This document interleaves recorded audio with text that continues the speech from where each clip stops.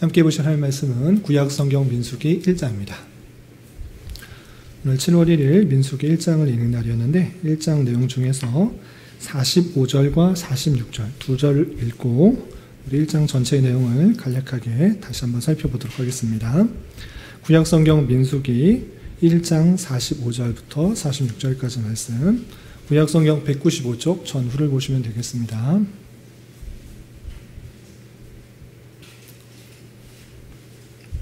찾으신 줄 알고 함께 봉독합니다.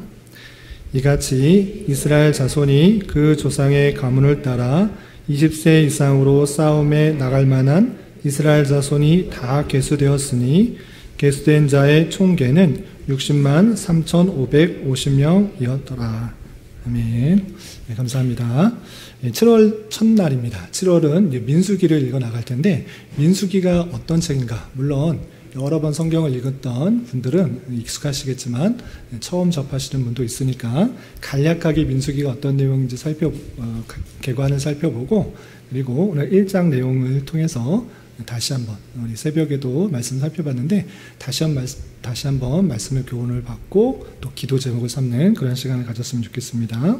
교환을 참고해 주시기 바랍니다. 어떤 민수기라는 그 말의 뜻, 우리 시온이시오 민수기라는 말 혹시 뜻 알아요? 아세요?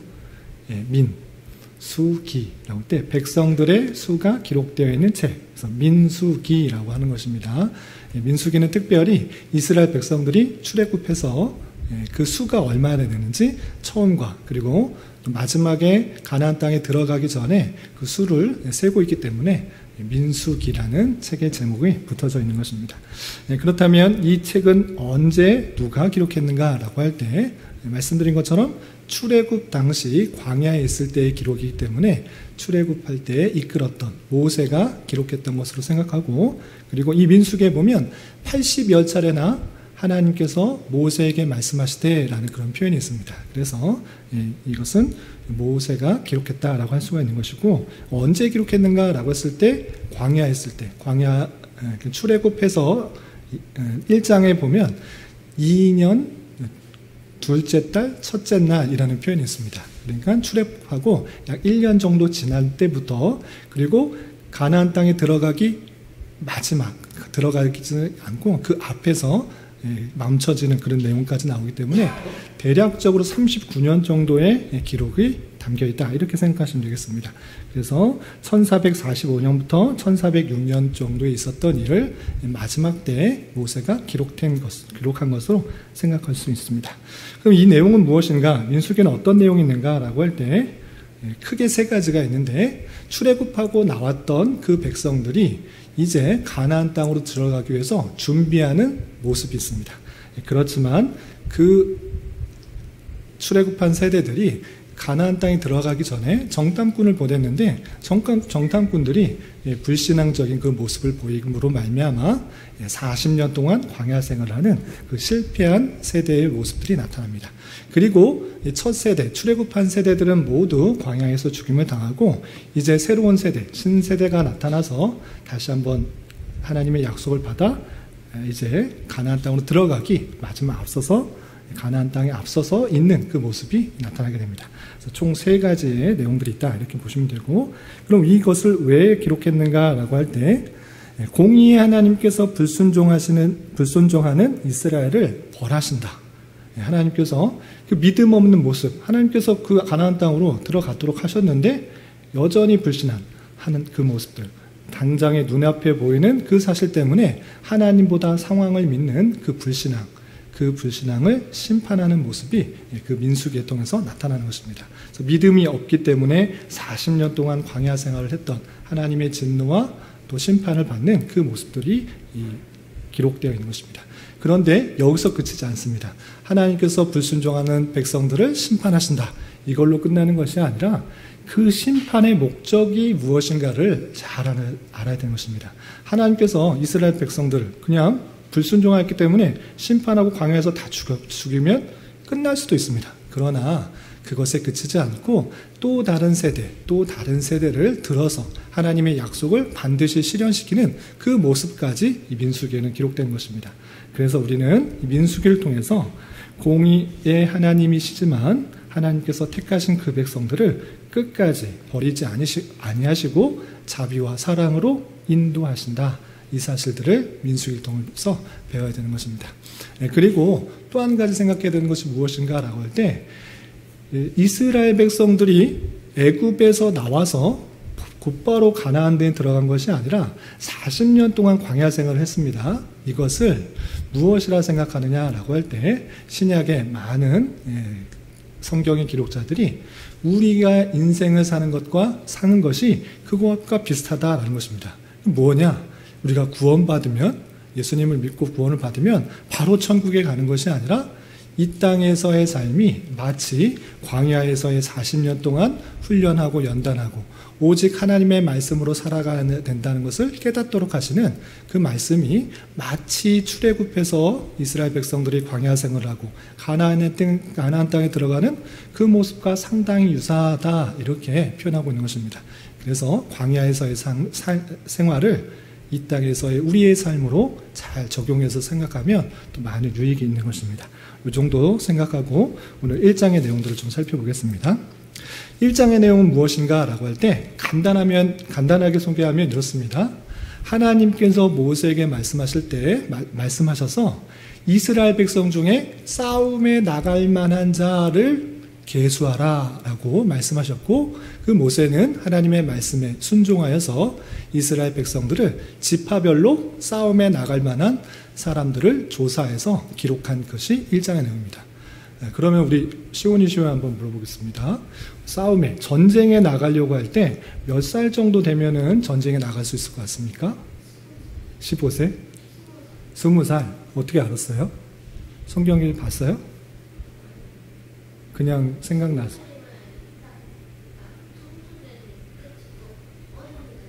이제 어른이 되니까, 맞아요. 20살이 되면 어느 정도 힘이 생기고 또 어른이 되기 때문에 민수기에서 싸움에 나갈 만한 자를 계수하라고 할 때 몇 살 이상을 계수하라 그랬냐면 20살 이상을 계수하라 그랬습니다. 그래서 각 지파대로 20살 이상을 조사하라 그랬습니다.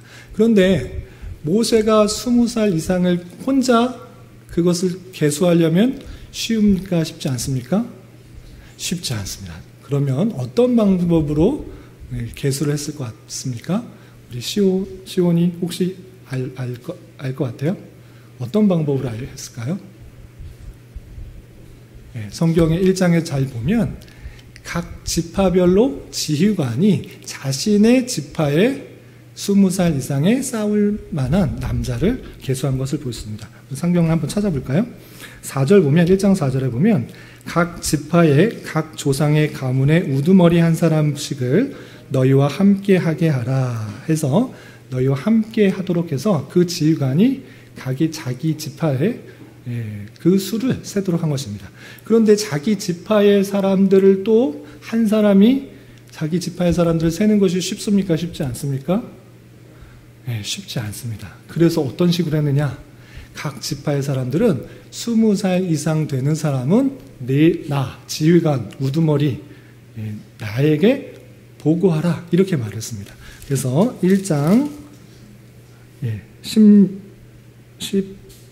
18절만 볼까요? 16절도 계속 나오는데 18절 보면 둘째 달 첫째 날에 온 회중을 모으니 그들이 각 조상과 조상의 가문을 따라 20세 이상인 남자 이름을 자기 계통별로 신고하매, 회중들을 몰라서 그 지휘관에게 신고하도록, 20살 사람 신고하도록 그렇게 해서 계수하게 되었습니다. 그래서 20절부터 쭉 보면 각 지파에 20살 이상 몇 명인지 한 명 차례대로 써 있는 것을 볼 수 있습니다. 그리고 오늘 읽었던 46절에 보면 계수된 자의 총계는 60만 3,550명이었다, 이렇게 표현하고 있습니다. 그러니까 20세 이상의 전쟁을 할 만한, 싸울 만한 사람이 60만 3,550명이었다라는 것을 통해서, 그러면 전체 출애굽한 인구에는 몇 명 정도 될 것이라 생각할 수 있죠? 여기에 빠진 인원이 여자도 빠졌고 20세 이하 어린아이들 빠졌고 전쟁을 할 수 없는 노인이 빠졌습니다. 그렇기 때문에 대략적으로 정확하게는 할 수 없습니다. 계속을 안 했기 때문에. 그런데 적어도 200만 명 정도는 출애굽하지 않았을까 이렇게 생각하는 것입니다. 그리고 이 인원에 계수된 인원에 빠진 사람이 있습니다. 어떤 사람이 빠졌을까요? 47절부터 54절까지 보면 이 계수된 인원은 전쟁에 참가할 사람을 계수하는 거였기 때문에 레위 사람들은 빠졌습니다. 레위 지파 사람들은 빠졌습니다. 왜? 레위 사람들은 전쟁에 참여하는 것이 아니라 무엇을 하도록 되어 있을까요? 성전의 여러 가지, 성막의 여러 가지 일들을 전담하도록 했던 것입니다. 너희들은 전쟁에 참여하는 것이 아니라 성막의 여러 가지 것들을 옮기고 또 지키고 또 보호하는 그 일들에 힘써야하기 때문에 전쟁의 수에 포함되지 않고 따로 계산하는 것을 볼 수 있습니다. 그래서 47절부터 54절까지는 레위인이 맡은 직무는 성막의 기구들을 잘 옮기고 또 제사를 드리는 일들을 도와주는 그 여러 가지 일들을 해야 되기 때문에 계수되지 않았다 이렇게 표현하고 있습니다. 여기까지가 1장의 내용인데 이것을 통해 우리는 무엇을 알 수 있는가라고 할 때 인구조사를 왜 했는가 먼저 생각해야 됩니다. 인구조사는 이스라엘 민족이 군대를 조직하기 시작함을 의미하는 것이고 동시에 하나님이 통치하시는 국가의 형태로 본격적으로 출발되었다라는 것을 보여준 것입니다. 그러니까 국가가 정비되려면 물론 다른 것도 정비돼야 되지만 빠질 수 없는 것이 무엇이냐? 군대의 조직인 것입니다. 군대 조직을 세워서 국가로서의 모습들이 잘 드러나도록 이제 본격적으로 나갔다라는 것을 볼 수 있습니다. 그리고 또 한 가지 생각해야 되는 것은 무엇인가라고 할 때 그 광야의 길을 갈 때 군대 조직이 필요하구나, 싸울 만한 조직이 필요하다라는 것을 생각해 볼 수 있는 것입니다. 하나님께서 알아서 지키시니까 싸울 만한 사람들 계수할 필요 없다 이렇게 하지 않고 군대의 조직들을 계수해서 조직을 세운 다음에 그 광야 시간에 또 가나안에 들어갈 때 전쟁을 치러야 되기 때문에 그 조직들이 전쟁을 감당할 수 있도록 행할 수 있도록 계수라는 것을 볼 수 있습니다. 이것을 통해 광야와 가나안으로 들어갈 때 그냥 편하게 가는 것이 아니라 전투가 있다라는 것을 생각해 볼 수가 있는 것입니다. 그렇기 때문에 이스라엘은 광야의 나그네이면서도 전투하는 교회로서의 모습을 온전히 갖추도록 한 줄 알아. 우리 또한 이 땅에서의 삶이 즐겁고 평안하고 안락한 삶이 있는 것이 아니라 우리의 싸움은 혈과 육에 대한 것이 아니라 영적 전투의 현장이다라는 사실을 가지고 전쟁을 감당하는 그런 성도의 모습을 잘 갖춰야 되는 것입니다. 그리고 또 한 가지 생각해야 될 것은 무엇인가라고 할 때 싸울 만한 사람, 싸움에 나갈 만한 사람을 조사할 때 누구를 통해 했는가라고 할 때 각 지파의 우두머리, 지휘관을 통하여 계통별로 신고해서 그 수가 얼마인지를 알도록 했던 것입니다. 만약에 모세나 아니면 그의 형 아론이나 둘이서 200만 명 되는 그 많은 사람들을 조사하려고 했다면 너무 힘들었을 거예요. 하루 이틀도 되는 것도 아니고 계속적으로 돌아다니면서 혼자 감당하기가 너무 힘들었을 것입니다. 그러나 지휘관을 두고 또 지휘관을 통해서 또 사람들이 보고하는 것을 통해서 그 수를 잘 알 수 있도록 한 것을 볼 수 있습니다. 그리고 그 계수하는 데 있어서 레위인은 특별히 싸움에 나가도록 한 것이 아니라 성막을 지키고 또 모든 기구를 관리하고 이동시키는 그 일을 전담으로 하는 그 모습을 볼 수 있습니다. 이것을 통해서 우리는 무엇을 알아야 되는가라고 할 때 그 나라가 온전히 일들을 해 나갈 때는 그 체계적으로 조직화해야 된다라는 것입니다. 각각의 일을 분담하고 또 조직적으로 움직여야지 그 200만 명이나 되는 사람들이 온전하게 통솔되고 잘 나갈 수가 있다. 하나님의 말씀대로 잘 순종할 수 있다라는 사실들을 잊지 말아야 될 것입니다.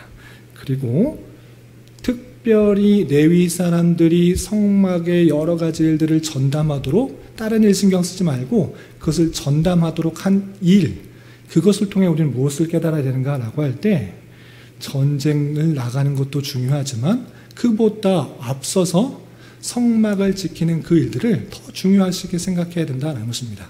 레위인도 사람 부족하니까 전장에 참여하라 이런 식으로 생각하지 않습니다. 그들은 절대 싸움에 나가지 않습니다. 오히려 성막을 지키는, 성막의 여러 가지 일들을 하는데 더 집중하고 있는 것을 볼 수 있습니다. 그것을 통해서 우리가 여러 가지 일들을 하는데 우선순위를 무엇에 두고 있는가를 잘 생각해 봐야 됩니다. 레위 사람들, 아니 이스라엘 백성들은 성막을 지키는데 아예 다른 사람들을 세워놓고 그 전쟁하는 것, 다른 일들 하는 것은 그 사람들이 집중하는 것을 볼 수 있습니다. 그것을 통해서 하나님을 섬기는 일, 그 일들을 더욱더 중점적으로 생각하고 사람을 두고 활동하는 것처럼 우리도 여러 가지 일들, 여러분들이 하는 여러 가지 일들 중에 정말 하나님을 섬기기 위해서 또 교회를 세우기 위해서 하는 일들을 더 우선순위에 두고 있는가 잘 생각해 봐야 될 것입니다. 헌금을 하는 문제에 있어서나 아니면 예배를 드리는 문제에 있어서나 신앙생활하는 문제에 있어서 내가 다른 거 다 하다가 시간 남으니까 이거 하고 시간 남아서 이거 기도하고 시간 남아서 성경 보고 시간 없으면 안 하고 이렇게 하는 것은 옳지 않다라는 것입니다. 성막을 관리하는 사람을 두면서 그것을 전담하러 했던 그 모습처럼 우리도 신앙생활하는 것, 하나님의 관계된 일들을 하는 것을 가장 우선순위에 두고 그것을 섬기기 위해 다른 것들을 또 맡아서 또 하는 그런 일들을 우선순위에 잘 써야 될 것입니다. 이런 말씀의 교훈에 따라 다시 한번 정리하면 3가지로 정리할 수 있겠습니다. 첫 번째, 인생길에서 만나게 되는 다양한 영적 전투를 잘 감당하는 우리가 되어야 될 것이고, 두 번째로 하나님을 섬기는 일의 중요성을 알고 더욱더 구별된 자세를 가져야 할 것입니다. 그리고 교회의 크고 작은 일들을 잘 분담하고 감당하여서 교회를 잘 세워나가야 될 것입니다. 신앙생활이 먼저이고 그리고 그 밖에 여러분들에게 주어진 일들이 다음인 것입니다. 이 신앙생활이 흩어지게 되면, 이 신앙생활이 무너지게 되면 다른 것들이 온전할 수가 없는 것입니다. 그것을 기준으로 삼고 그것을 온전하게 하기 위해서 다른 것들을 더욱더 이용하고 또 활용하고 그것을 또 감당하는 그런 자세가 되어야 될 것입니다. 이런 말씀의 교훈에 따라 우리 삶을 살아갈 수 있는 저와 여러분 되시기를 주님의 이름으로 부탁을 드립니다.